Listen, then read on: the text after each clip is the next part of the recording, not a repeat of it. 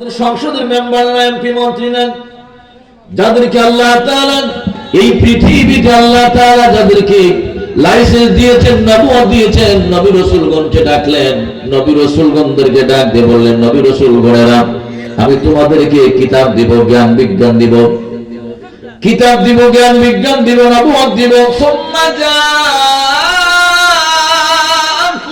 রাসূলুম মুসাদ্দিকুল lima মাআকুম। আল্লাহু আকবার। তোমাদেরকে জ্ঞান দিব, বিজ্ঞান দিব, নবুয়ত দিব, লাইসেন্স দিব। তারপরে তোমাদের মাঝে একজন রাসূল যাবেন, রাসূল যাওয়ার পরে তোমরা আমার রাসূলের প্রতি তোমরা ঈমান আনবে, লা তুমিনুন্না বিহি, ঈমান আনবে, ওয়ালা তানসুরুন্না বিহি, আমার রাসূলকে সর্বদিক দিয়ে সহযোগিতা করবে।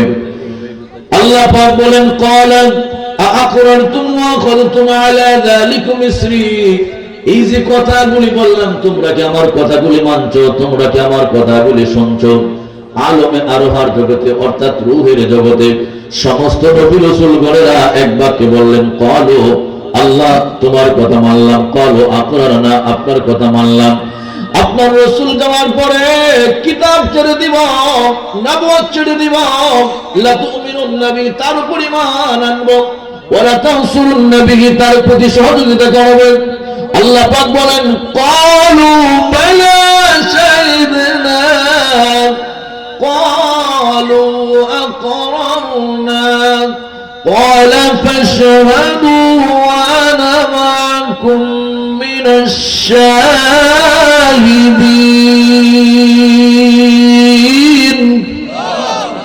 আল্লাহ পাক বলেন, বান্দারে রে আমার নবী রাসূলগণেরা তোমরা একেবারে সাক্ষী হয়ে যাও, আমি আল্লাহ তোমাদের সাক্ষীর অন্তর্ভুক্ত হয়ে গেলাম। এরপর আল্লাহ পরে আয়াতে বলেন, ফামান তাওয়াল্লা বা'দা যালিকা ফাউলাইকা হুমুল ফাসিকুন, এই যে তোমরা আমার কাছ থেকে ওয়াদা নিয়েছো, অঙ্গীকার নিয়েছো, প্রমিস করেছো, সুতরাং তোমরা যদি এরপর আমার রাসূলের বিদ্বেষ করো, আমার রাসূলের সাথে দুশমনি করো, আল্লাহ পাক বলেন যারা রাসূল থেকে যারা মুখ ফিরে নেবে এরাই হবে ফাসিক, ফাজির। জুড়ে বলুন নাউযুবিল্লাহ। আমরা রাসূলের কদমে থাকতে চাই কি চাই না? নবীর চরণেতে সারা জীবন আমি থাকবো। বলেন নবীর চরণেতে সারা জীবন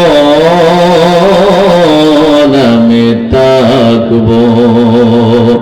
দরুদ সালামে মিলাদ কিয়ামে, দরুদ সালামে মিলাদ কিয়ামে নূর নবীকে খুশি করব। ও নবীর চরণেতে সারা জীবন আমি থাকবো। ভালোবেস ভরভর ছিল, জাহিলিয়াতের অন্ধকার যুগ ছিল। আল্লাহ হাবিব সাল্লাল্লাহু আলাইহি ওয়াসাল্লাম আসার আর ঈসা নবীর মাঝখানে প্রায় 500 বছরের একটা গ্যাপ ছিল। জুড়ে বলি আল্লাহু আকবার। 500 বছরের গ্যাপ ছিল। এই 500 বছর বর্বরতার যুগ ছিল, জাহিলিয়াতের যুগ ছিল, অন্ধকারের যুগ ছিল। এমন একটা যুগ ছিল জীবন্ত মেয়েকে কবরের মধ্যে দাফন করে দিত। মেয়ে যদি বাবা বাবা বলে ঠেউ ঠেউ করে কাঁদতো, তারপরেও তার মায়া লাগতো না। আমার নবীজি পৃথিবীতে আসার পরে একজন সাহাবী, তখন তিনি সাহাবী না, তখনও তিনি কাফের বেঈমান। আল্লাহর নবী যখন এরকম কাজ করেছিলেন তখন কাফের বেঈমান। তিনি আমার নবীর কাছে কালমা পড়ে মুসলমান হয়ে গিয়েছিলেন। আল্লাহর হাবিবের এমন একজন সাহাবী ছিলেন, এত সুন্দর ছিলেন, এত দামি ছিলেন। মাঝে মাঝে জিবরাইল আলাইহিস সালাম যখন আমার নবীর কাছে ওহী নিয়ে আসতেন, এই সাহাবীর সুরত ধরে আমার নবীর কাছে আসতেন। জোরে বলুন সুবহানাল্লাহ। এত সুন্দর সাহাবী ছিলেন। হযরত দাওয়াতুল কলবি রাদিয়াল্লাহু তাআলা আমার নবীর সামনে জানাজা যায় নামাজের মুসল্লার মতো বসে বলেন ইয়া রাসূলুল্লাহ, চিৎকার করে বলেন ইয়া রাসূলুল্লাহ, বড় করে বলেন ইয়া রাসূলুল্লাহ। এই ডাকটা মহব্বতের একটা ডাক, এটা আমাদের সুন্নি জামাতের বড় মহব্বতের একটা ডাক। কথা বলেন ঠিক না বেঠিক? এটা আমরা ইচ্ছা করে ডাকি না শুধু। আমার নবীর সাহাবীরা রাসূলকে ইয়া রাসূলুল্লাহ ইয়া রাসূলুল্লাহ বারবার ডাকতেন আমার নবীকে। আমার নবীর একটা সন্তান রাসূলকে বাবা বলে ডাক দিতেন না, আমার নবীর মেয়েরা রাসূলকে বাবা বলে ডাক দিতেন না। রাসূলের চারজন খলিফা ছিলেন, সিদ্দিক আকবর, ওসমান গনি জিন্নুরাইন, মাওলা আলী, ওমর আল ফারুক, চারজন সাহাবী। এই চারজনের মধ্যে দুইজন ছিলেন আমার নবীর শ্বশুর, দুইজন ছিলেন দামাত। জোরে বলে আল্লাহু আকবার। সিদ্দিক আকবর, ফারুক আযম, ওমর ইবনুল খাত্তাব রাদিয়াল্লাহু তাআলা আনহু, এই দুইজন ছিলেন আমার নবীর শ্বশুর। জীবনে কোনোদিন রাসূলুল্লাহকে দামাত বলে ডাক দেন নাই। হযরত ওসমান গনি জিন্নুরাইন, হযরত মাওলা আলী আমার নবীর দামাত, জীবনে কোনোদিন তারা আব্বা শ্বশুর বলে ডাক দেন নাই। আমার নবীর সাহাবীরা, আমার নবীর ভাগনা ভাতিজারা রাসূলকে কোনোদিন মামা বলে ডাক দেন নাই, চাচা বলে ডাক দেন নাই।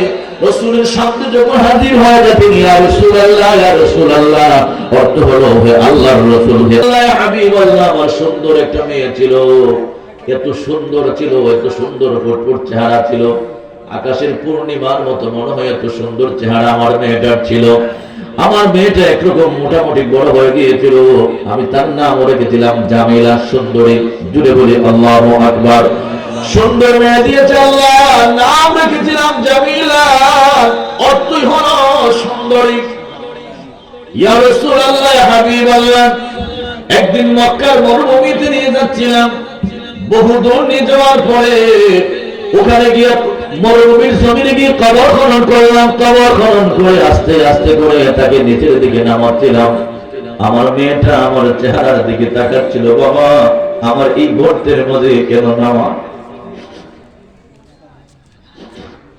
আমরা বাচ্চার জন্য কত পাগল, বাচ্চার চেহারার দিকে দেখলে মনে হয় যে চোখটা ঠান্ডা হয়ে যায়, কলিজা শান্তি হয়ে যায়। কথা বলেন ঠিক না বেঠিক? যদি রিকশাওয়ালা হয়, ঠেলা গাড়ি হয়, ভ্যান গাড়ি হয়, তুমি কোটিপতি হও, আমি রিকশাওয়ালা হও, আমার সন্তান আমার কাছে অনেক দামি। কথা বলেন ঠিক না বেঠিক? যার যার অবস্থান থেকে যার যার সন্তান, আমার সন্তান আমার কাছে দামি, আপনার সন্তান আপনার কাছে অনেক দামি। এই সন্তানগুলিকে ধরলে মনে হয় এটা জান্নাত। আল্লাহর রাসূল বলছেন রিহুল আওলাদি ওয়া রিহুল জান্নাত, সন্তানের গ্রাম জান্নাতের গ্রাম। জুড়ে বলে আল্লাহু আকবার। হযরত দাইয়াতুল কলবি আমার নবীর সামনে বসে বলে ইয়া রাসূলুল্লাহ ইয়া হাবিবাল্লাহ, নবীজি গো, আমি কবর খনন করে তাকে কবরের দিকে ধাক্কা দিয়ে আসতে করে আমি দিচ্ছি। আমার মেয়েটা সুন্দর জিলমানের মতো চোখ, বড় বড় চোখ দিয়ে আমার দিকে তাকাইয়া দয়ার নজর করে বলে আব্বা আমি তো পড়ে যাচ্ছি, আমারে ধরো। অথচ আমি তার কবরের মধ্যে ফেলে দিচ্ছিলাম।